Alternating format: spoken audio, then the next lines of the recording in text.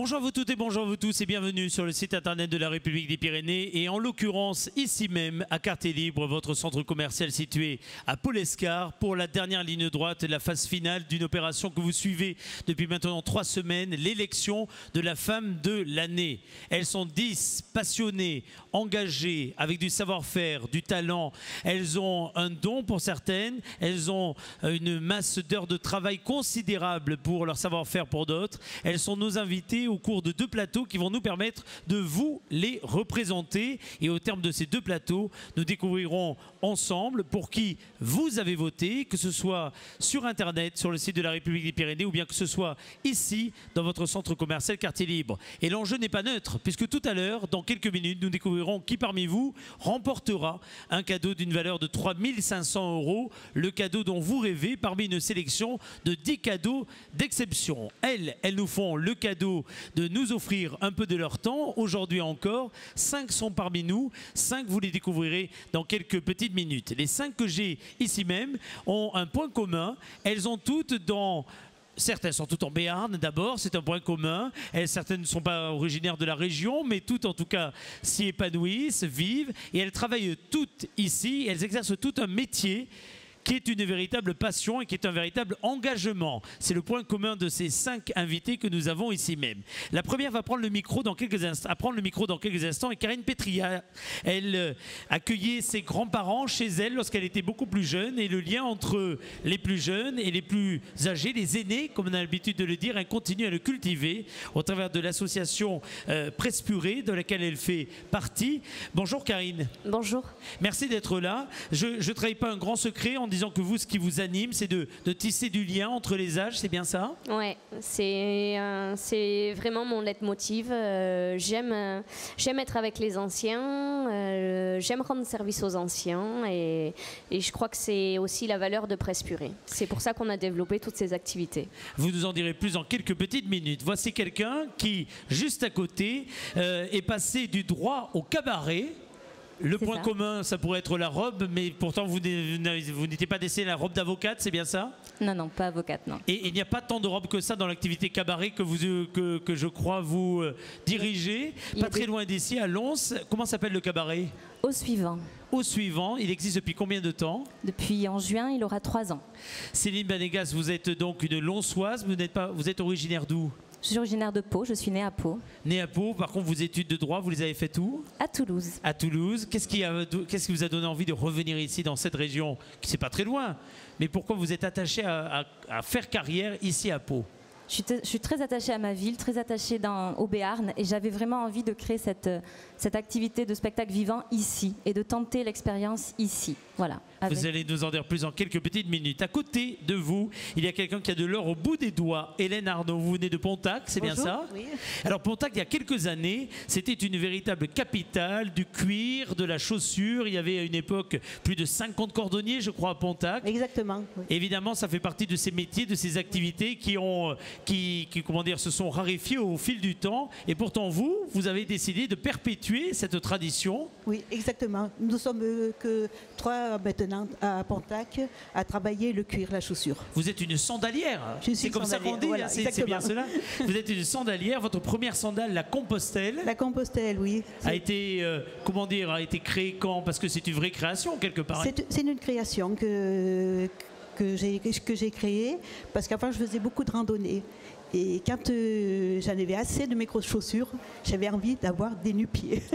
Et j'ai créé pour ça, voilà. Alors vous nous direz comment vous avez créé également l'atelier complet que vous développez. Et puis vers qui vous destinez les différentes sandales et les différentes chaussures que vous vendez. Vous allez me raconter ça dans quelques instants. Exactement. À côté de vous, il y a une bergère. Là aussi, on parle de tradition dans l'exercice du métier. Et pourtant, vous, la façon de faire le métier n'a plus rien à voir quelque part avec la façon dont on le faisait il y a des décennies, voire des centaines d'années.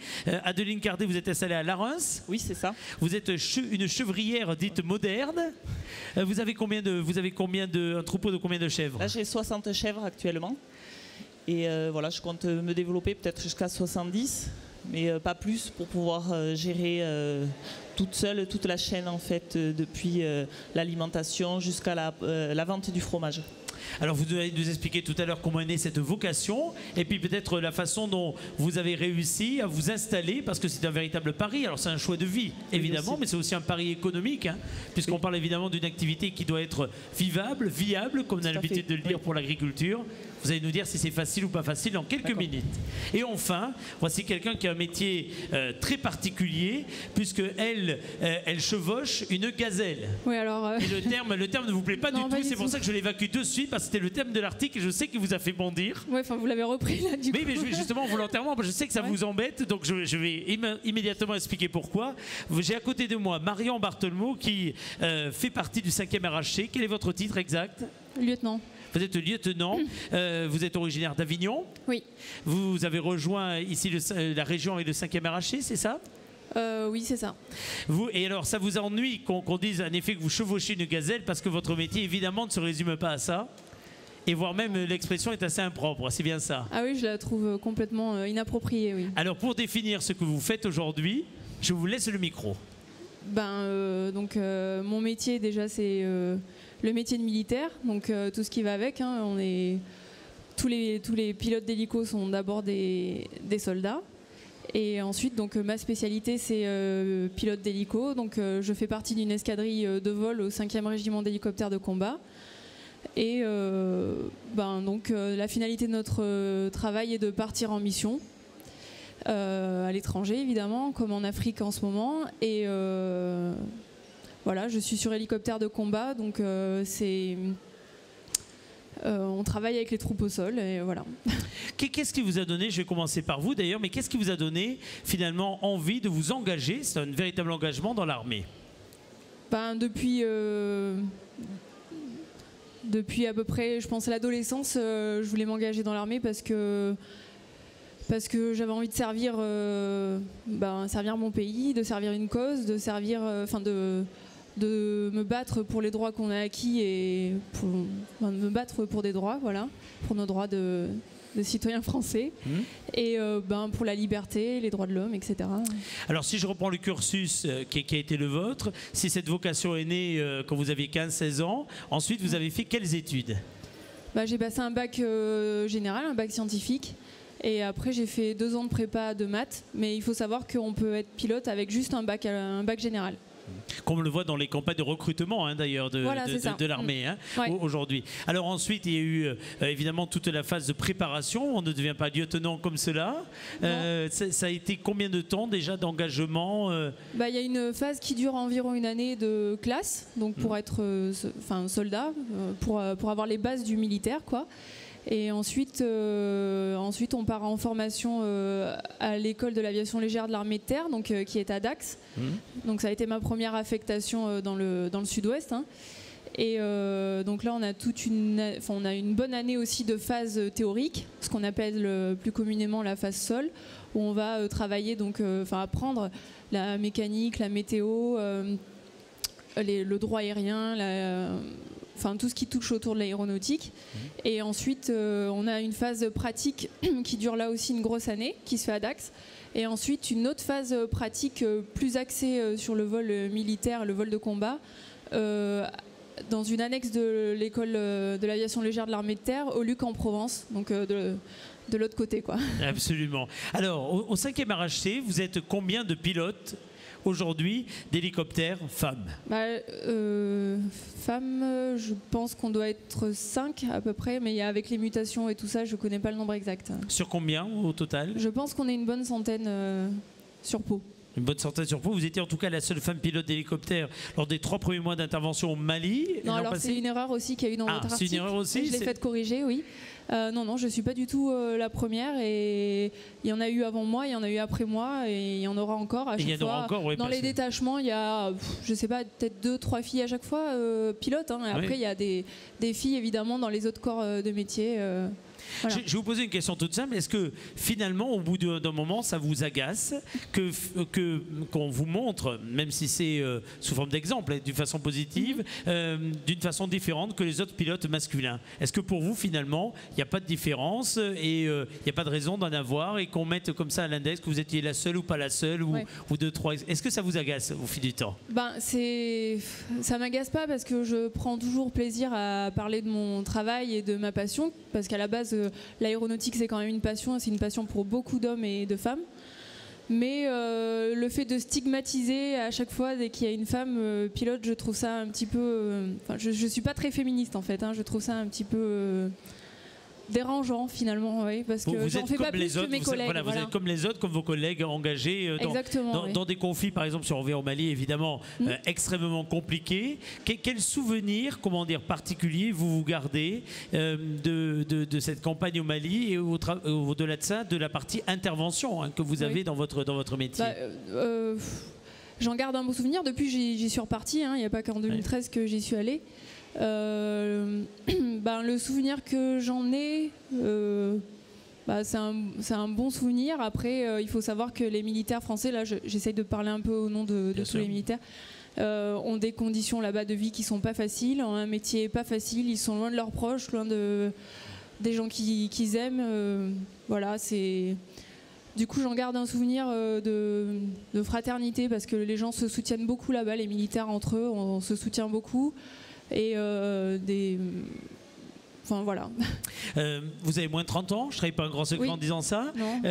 Comment vous voyez votre avenir dans l'armée, dans la profession que vous avez choisie, qui est encore une fois un engagement, une passion? Comment vous voyez évoluer dans les années qui viennent? Déjà, j'aimerais évoluer en changeant de vecteur, en changeant d'hélicoptère. En fait, j'aimerais piloter des Tigres. Donc, c'est un hélicoptère qui est aussi un hélicoptère de combat comme la Gazelle, mais qui est un petit peu plus évolué, carrément plus même. Carrément plus évolué, oui, carrément plus. Et puis, pourquoi pas être... de toute façon, j'aimerais passer être chef de bord d'ici peu, c'est dans la continuité des choses. Et ensuite, pourquoi pas être monitrice, voilà. Alors, s'il fallait, simplement pour terminer, donner une qualité majeure au 5e arraché, à l'armée en général, au corps dans lequel vous êtes engagé, ça serait quelle qualité? Je pense que ce serait la fraternité. On va vous applaudir. Merci beaucoup. Vous êtes Marion.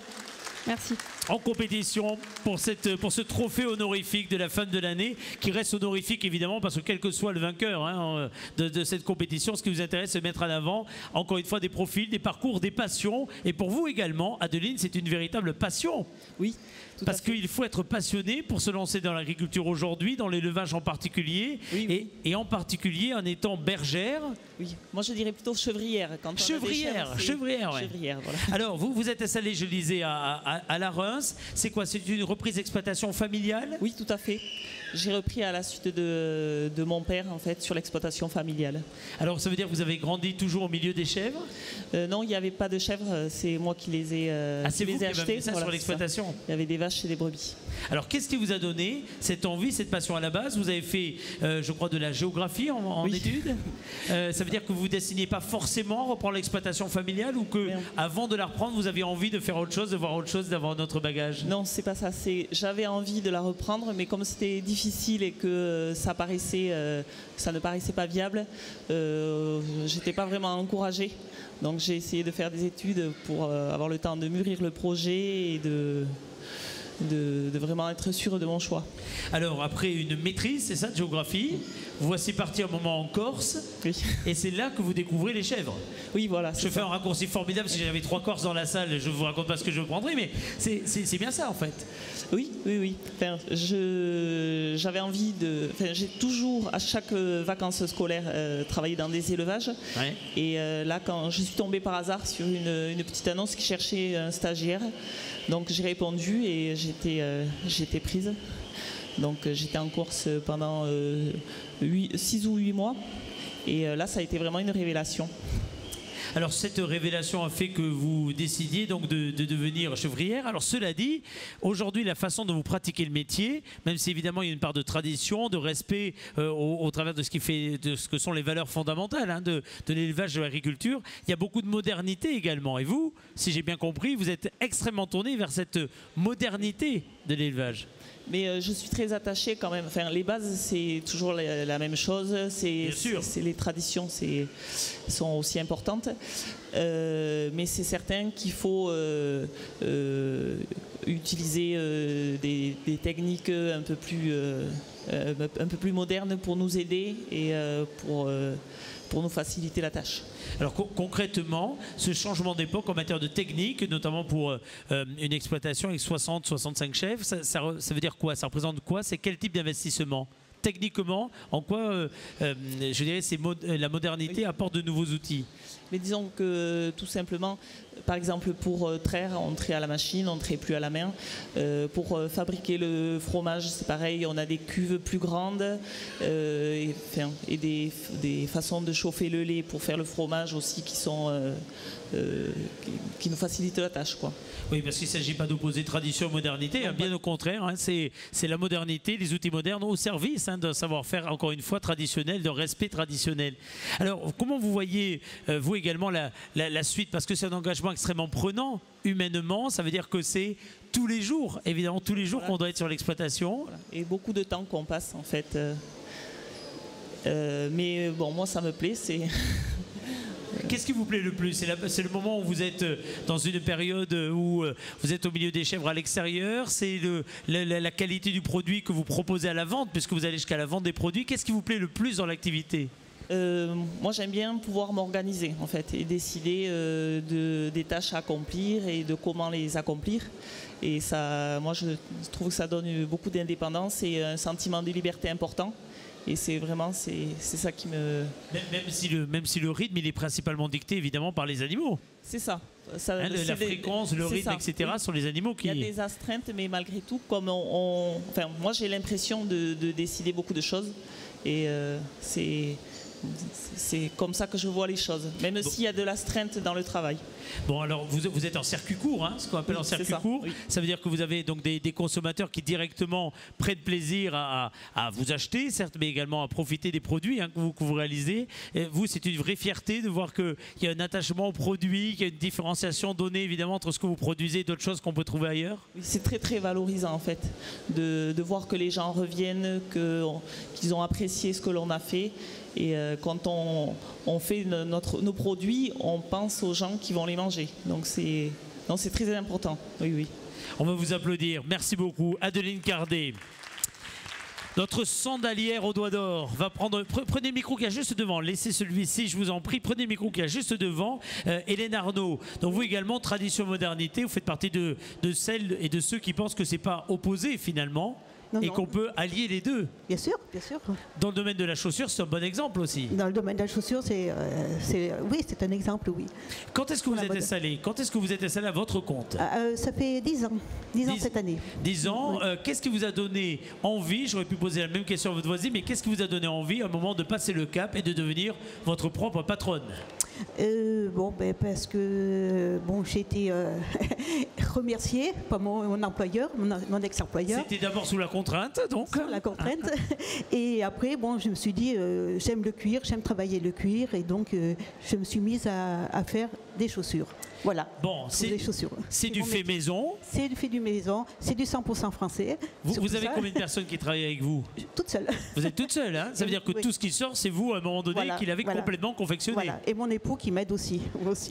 Bon, alors, vous vendez à qui? Écoutez, je vends à des petites boutiques qui elles revendent en fait, c'est ça? Voilà, des petites boutiques, je vends dans les Caraïbes aussi. Dans les Caraïbes? Dans les Caraïbes. Donc ils aiment le produit français. Et après, les clientes peuvent venir dans mon atelier. Elles viennent dans mon atelier, elles choisissent leur modèle. leurs couleurs. Je leur offre une palette de couleurs et elles choisissent leurs couleurs comme elles veulent. Voilà. On peut faire du sur-mesure également? Du sur-mesure aussi, voilà. Le pied fort, pied fin, voilà. Combien de temps ça prend? C'est une question sans doute bête, parce que ça ne se résume pas comme ça, avec un début, un milieu, une fin. Évidemment, il y a un process complet, mais combien de temps ça prend de faire une sandale?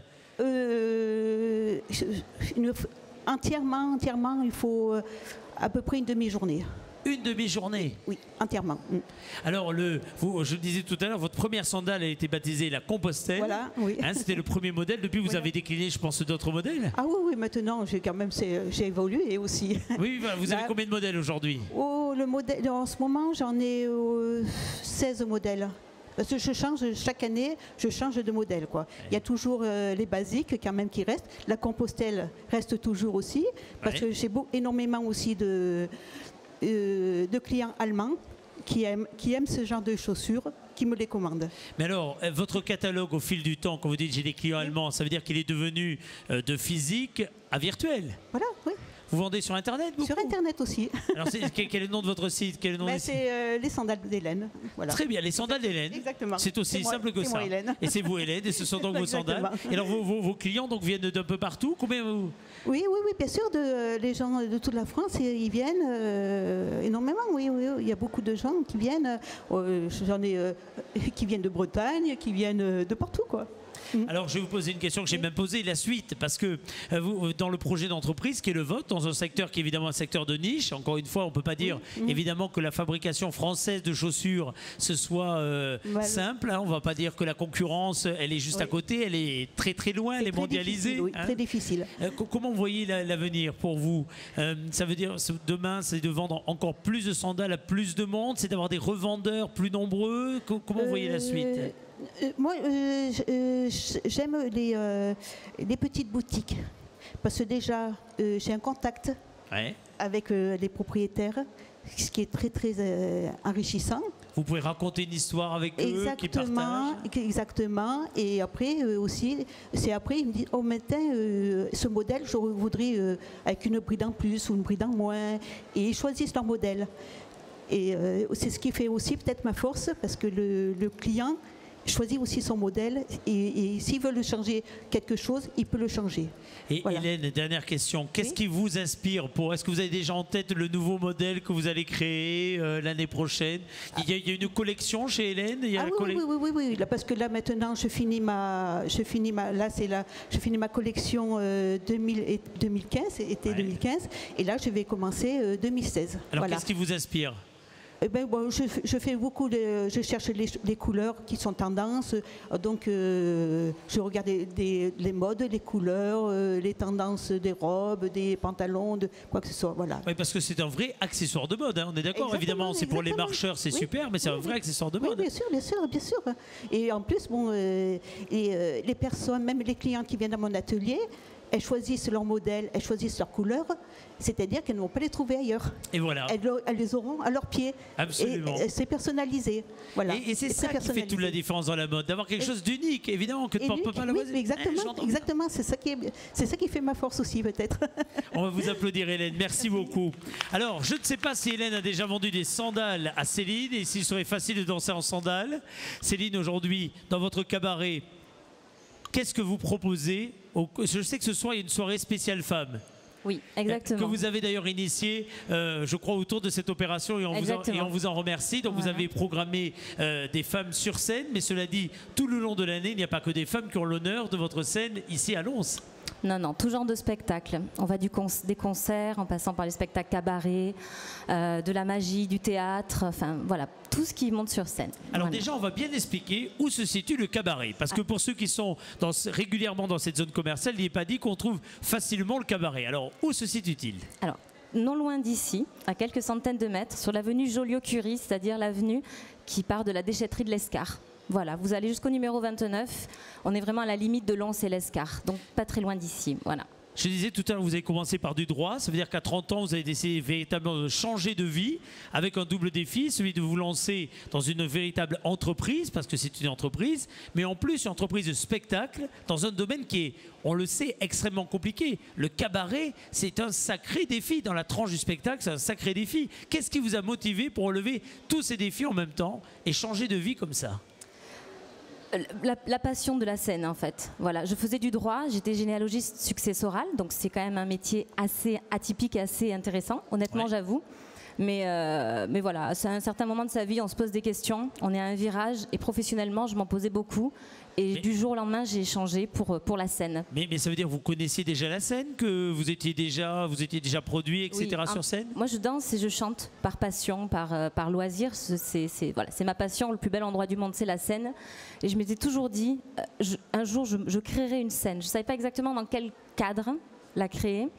Et puis j'étais en parallèle fan du cabaret, du petit cabaret de Montmartre au gros cabaret parisien comme le Moulin Rouge. Oui. Voilà, que j'ai eu la chance de côtoyer certains directeurs de ces grands cabarets.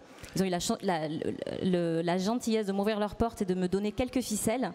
Et un jour, ils m'ont dit, vas-y, t'as tout compris, tu peux l'ouvrir, ton cabaret. Alors, vous avez combien de soirées par an? Parce que c'est pas ouvert tous les jours, j'imagine. Alors, c'est ouvert toute l'année, du jeudi au dimanche. Du jeudi au dimanche, tous les vendredis et tous les samedis de l'année, il y a ou concert ou spectacle, voilà. Et certains jeudis et certains dimanches, voilà. Faut suivre l'agenda un peu. Vous travaillez combien de personnes autour de vous? On est 3. En fait, voilà. 3, et puis ensuite vous avez tous les artistes invités évidemment qui viennent ponctuellement pour une soirée, pour une représentation. Et alors vous adressez au grand public, il y a une partie restauration, comment ça se passe? Alors c'est pas un restaurant, c'est vraiment un concept cabaret, café, théâtre, piano, bar. Donc ce sont autour de petites tables rondes. Ouais. On propose des tapas, des assiettes de tapas, mais pas de restauration. Voilà, ça c'est important. De la boisson, c'est au sein d'un bar, donc, mais pas de restauration. Et la programmation, c'est vous qui la faites ou vous écoutez aussi les clients, vous entendez un peu ce qu'ils vous disent, tiens, on aimerait voir telle et telle chose. Comment se fait la programmation? En fait, ce que je dis souvent, c'est que j'en serais pas là au bout de 3 ans si j'écoutais pas les autres. Ouais. Donc voilà, je m'écoute à moi, j'essaie de suivre mon fil conducteur, ma ligne directrice à moi, mon sentiment, mais j'écoute quand même beaucoup les gens et je fais confiance aux artistes qui viennent proposer leur candidature, parce qu'il y en a beaucoup. Il y a énormément de gens qui jouent de la musique, qui dansent, qui font plein de choses très créatives. Bon, ma dernière question, pourquoi Au Suivant? Pourquoi ce nom-là? Je suis une grande fan de Jacques Brel, et Jacques Brel a écrit une chanson qui s'appelle Au Suivant, tout simplement. Voilà. Eh bien, vont suivre quelques applaudissements bien mérités pour vous, Céline. Merci. Karine, je reviens vers vous. Oui. Avec votre association Presse Purée qui existe depuis combien de temps? Depuis 2000 ans. Alors Presse Purée, c'est difficile de tout résumer on va dire en quelques secondes parce qu'il y a une multitude finalement de produits. Il y a un produit écrit. Oui, on est dans la presse gratuite à caractère social et informative. Oui. Après, on a les outils de communication pour les associations, les entreprises. Et puis vous avez un nouveau bébé depuis l'an passé, un beau bébé, un salon que peut-être certains ont fréquenté au parc des expositions de Pau. Alors avant le salon, on a eu un nouveau bébé en 2009 qui était le logement intergénérationnel. C'est vrai.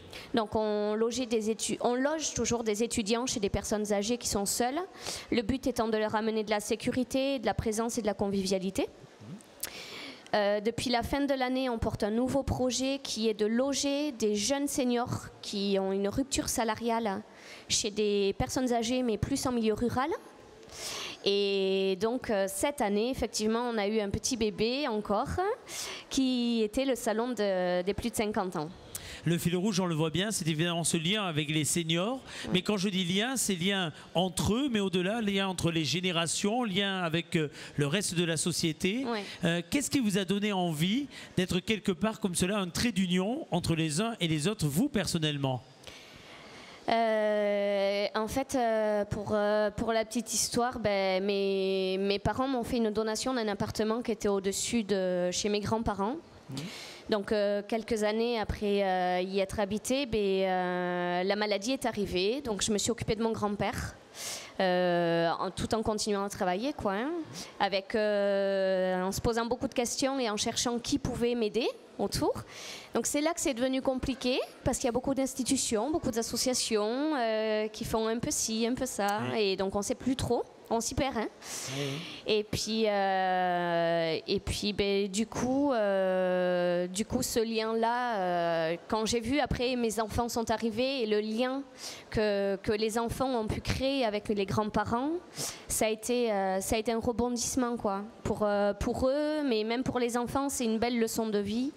Et c'est tout ça que Presse Purée veut continuer à faire, et justement en développant le salon, en faisant que ça devienne intergénérationnel, en essayant de faire un rendez-vous où ils peuvent avoir un maximum d'informations, mais tout en s'amusant.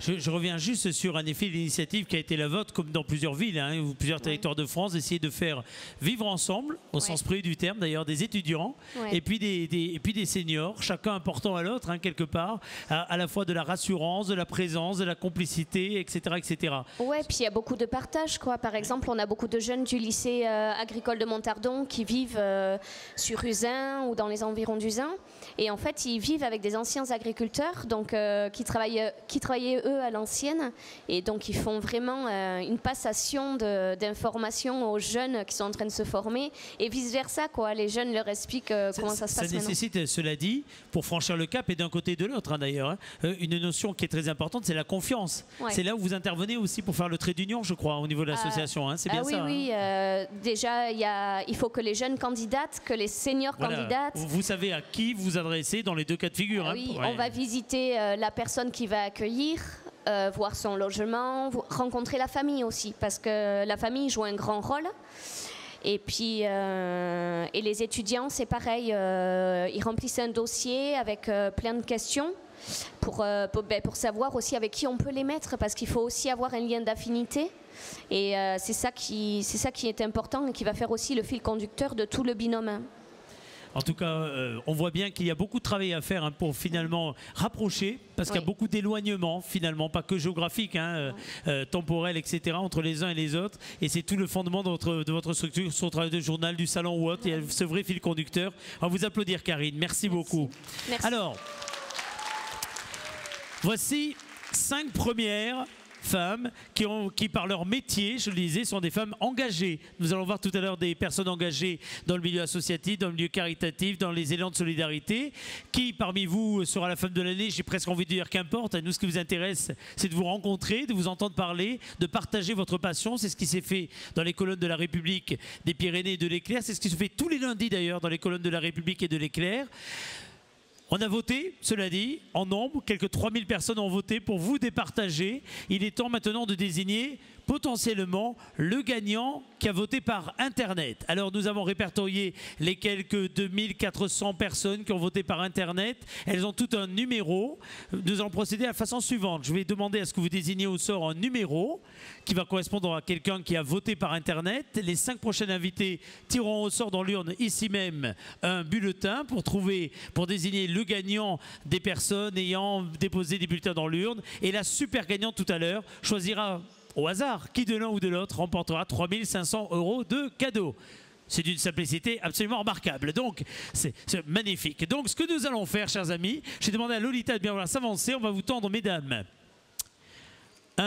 une urne magnifique. Nous allons procéder à ce tirage au sort et nous allons rendre l'antenne maintenant. On va se retrouver dans quelques instants. Nous procédons à ce tirage au sort. Ensuite, nous procéderons au deuxième tirage au sort. Et au terme de la deuxième émission, vous découvrirez si c'est vous qui avez gagné les 3500 € de cadeaux. À tout de suite.